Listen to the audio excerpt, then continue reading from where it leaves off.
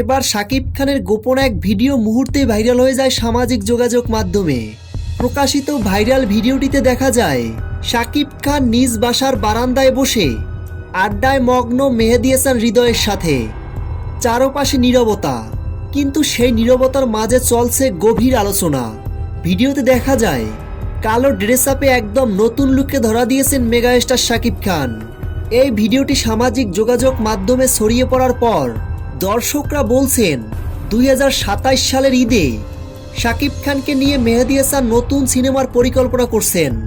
আবার অনেকে মন্তব্য করেছেন শাকিব খান ও মেহেদী হাসান হৃদয়ের এই আড্ডাটা শুধু সাধারণ আড্ডা নয়, বরং এই আড্ডার পেছনে লুকিয়ে আছে নতুন কোনো প্রজেক্টের প্ল্যান, এবং সেটা 2027 সালের রোজার ঈদকে ঘিরে। তো ভিউয়ার্স, এ বিষয়ে আপনাদের কি মতামত?